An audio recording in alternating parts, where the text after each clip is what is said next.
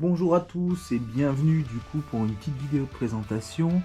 J'avais proposé au groupe Facebook de Yamaha Bolt France de faire une petite review sur ces petits pontés de guidon pour la Yamaha qui sont vendus à peu près à 90 € sur Motea et environ une trentaine d'euros sur AliExpress. À savoir qu'ils sont totalement identiques. Motea pratique beaucoup cette pratique de revendre des produits AliExpress mais beaucoup plus cher. On va passer à la partie un petit peu technique, à savoir que moi c'est un modèle qui a l'ABS, donc je pouvais pas mettre vraiment plus haut parce que la durite de frein est très compliquée vu que le boîtier ABS se trouve sous le réservoir. On peut voir du coup ce que ça donne. Ça rehausse quand même pas mal, je crois qu'ils font 3,5 pouces. Donc là j'ai démonté volontairement ici les deux vis pour le support du compteur pour pouvoir les installer. À savoir que les vis de fixation qui sont juste en dessous ne sont pas fournies avec les pontés. Chose très problématique. Et la deuxième problématique qu'on peut avoir, ils sont dits compatibles mais on peut voir que c'est une finition en carré. Et notre tête de fourche supérieure sur la Bolt est rond.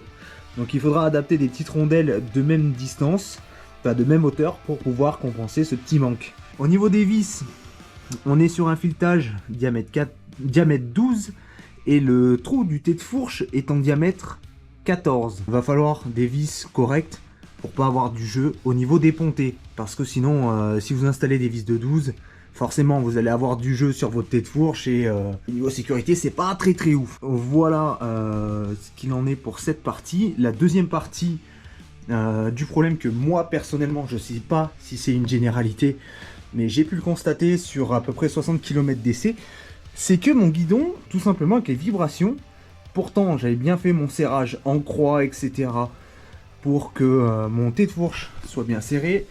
Mais la problématique c'est que mon guidon se baissait, ne serait-ce qu'avec les vibrations, sur 60 km il a fait à peu près 1/8 de tour de guidon. Donc c'est-à-dire qu'il est descendu. Et les deux demi-lunes des pontés ne sont pas crantés. Il n'y a que le guidon d'origine, moi j'ai gardé le guidon d'origine, j'ai tout gardé d'origine, j'ai simplement changé les risers. Et il se trouve que du coup l'intérieur des demi-lunes n'étant pas cranté, je pense qu'avec les vibrations, ça doit le faire bouger.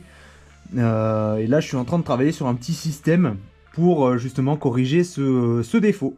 Voilà, donc comme on peut le voir sur la demi-lune, en effet, il n'y a pas de cannelure et en plus, il y a de la peinture. Moi, ce que j'ai pensé, vous voyez, sur le guidon, là, on a bien les cannelures d'origine. Et quand on vient le placer, on se rend vite compte qu'il touche concrètement la partie du guidon et à mon avis le serrage n'est pas 100% optimal. Donc après petite réflexion, je vais poncer déjà toute la partie peinte. Donc j'ai prévu un tout petit peu de papier de verre donc à monter sur une cale pour limer bien droit en 120 et en 200 histoire d'être un tout petit peu plus fin. Faut pas enlever beaucoup de matière, je pense que 1 mm grand maximum devrait suffire. Je vais aussi venir poncer la demi-lune et faire des micro cannelures avec une Dremel très finement histoire qu'il y ait une meilleure accroche. On verra par la suite ce qu'il en est. Hop, donc voilà, j'ai retiré la peinture, j'ai limé un tout petit peu et j'ai fait un petit peu grossièrement des petites cannelures à la Dremel dedans histoire d'avoir une meilleure accroche avec le guidon. Mais normalement avec le petit millimètre en moins de surface, ça devrait le faire. Et du coup la dernière chose qu'il va falloir modifier, parce que sinon c'est pas drôle et c'est pas forcément indiqué, c'est encore une fois hein, c'est indiqué comme compatible pour la Yamaha Bolt, mais forcément c'est pas rigolo, c'est qu'il faut démonter le réservoir pour retirer tout le faisceau, pour gagner de la garde sur les câbles de frein d'embrayage. Il faut complètement retirer le câble d'embrayage pour le faire passer correctement, et la durite de frein également.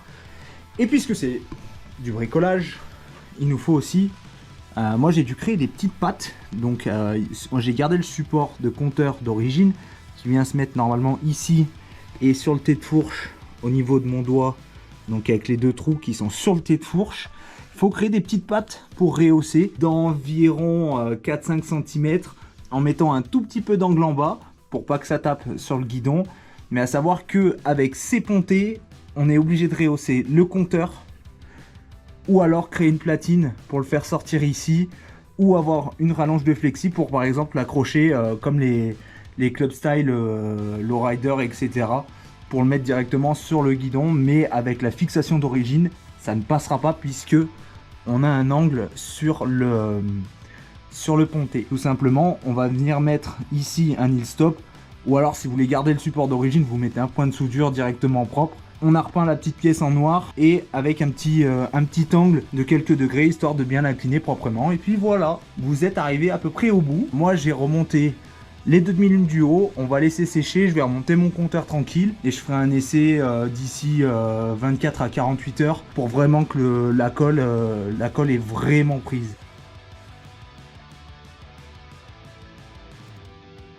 Donc voilà messieurs dames, merci d'avoir pris le temps de regarder cette petite vidéo explicative. Je vais quand même me faire mes petits repères à la craie en même temps. Contrôlez toujours votre serrage, tirez votre faisceau proprement pour pouvoir faire la rehausse sans tirer sur vos câbles. Pas que votre frein bloque quand vous tournez le guidon de butée en butée. L'accélérateur pour qu'il revienne bien sans souci. L'embrayage pour qu'il travaille bien sans se bloquer. Et avec tout ça, vous avez gagné.